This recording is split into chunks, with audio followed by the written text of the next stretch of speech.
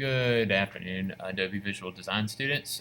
Today's warm-up is going to coincide with your product you're creating with your partner, the packaging. Um, I have a template example here. This is the finished product of what it would look like if it was, and you're not going to have to create that part, but we are going to be creating a template. How are we going to be creating a template? You're going to be taking a piece of packaging, folding it out onto a sheet of paper, stenciling it if you need to, but measuring it and recreating it on this 20.5 by 17.5 cardboard sheet of paper. I will show you the visual example on the board so you can look at that. So to get started, we're going to be, let's go over two things real quick. In the project, you're going to be using bleeds and trims, understanding the Pathfinder tool, applying strokes, lines and shapes, and compound paths and offset paths. So measuring. So there's all these tenets here I'm going to show you, and I'm not going to show you how to do it all. I'm just going to give you the ways to do things. So I'm going to create a new file. This will serve as our template file. Width is 20.5. Height is 17.5. Create. I'm going to hit Command R to pull up the ruler. Briefly explain to you how the ruler works. You can click in the top left corner and you can drag out where the ruler will start. So for example, right now the ruler starts where I dropped it. If I want to drag it back to the edge of the paper, I click right here, and it does such. If I want to add a guideline, I click on the ruler and pull down. I can pull across, I can add guidelines. I can rubber band over those guidelines and lock them. Okay, I can unlock them. Okay, in creating a box, let's give an example. Say for instance, I'm creating my box happens to have the shape of a rectangle. I've measured it out already, and so instead of just clicking and dragging out a rectangle, we're going to click and input the properties. So mine's going to be 5.5 on the width and 7 on the height. Whatever, I'm just making those up. Okay, there's my color. There's my box. Might need to add another panel to it.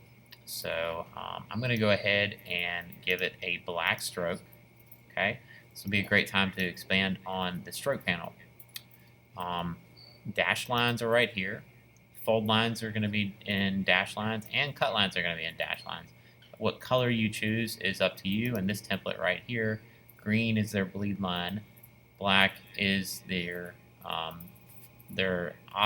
line, I guess, and the fold lines are in red. So you're going to be doing something similar. All right, if you have a window to cut out, you might want to, like say for instance, you want to put some plastic and then have a cutout. You notice again, you would kind of, I have my smart guides on, so I would probably do that. And maybe I've measured, for example, how big I want my window to be. So maybe I want my window to be 1.5.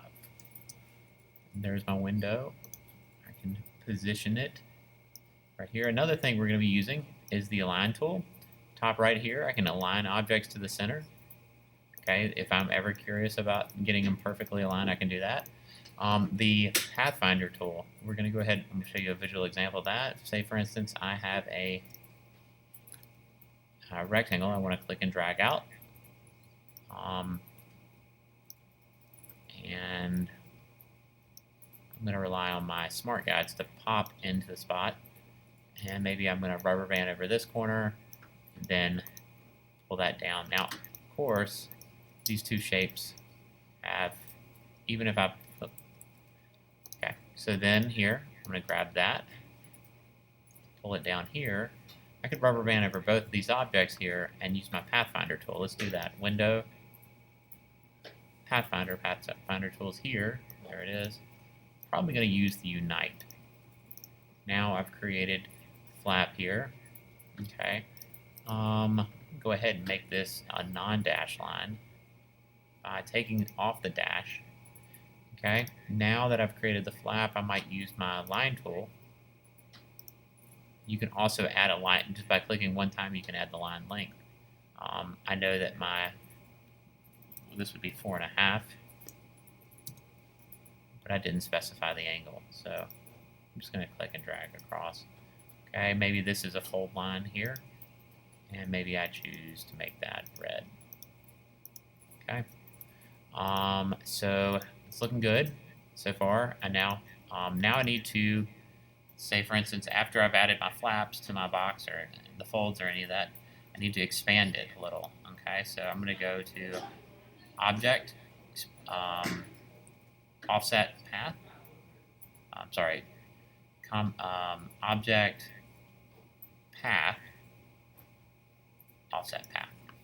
See, that instantly gives me the option. I want to add maybe a 1/4 inch bleed line to that, so that's looking good.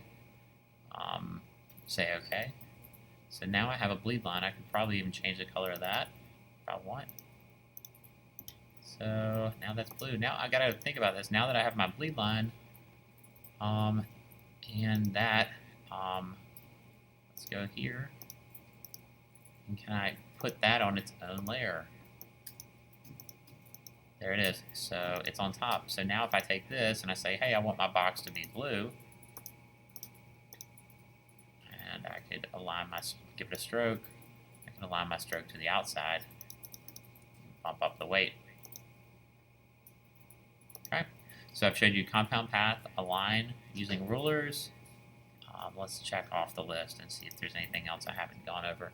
Applying strokes, compound path, creating bleeds, using the Pathfinder tool. Yep, everything's in there. So go ahead and begin the design phase today of what's your box going to be about and your packaging. You can look at the reference file, but you're not using my reference file. This is just to visually show you what I would then start laying out my panels and designing with. So you can break up your group. Your partner can be doing the measuring, and you can be putting the stuff in. It's totally your call.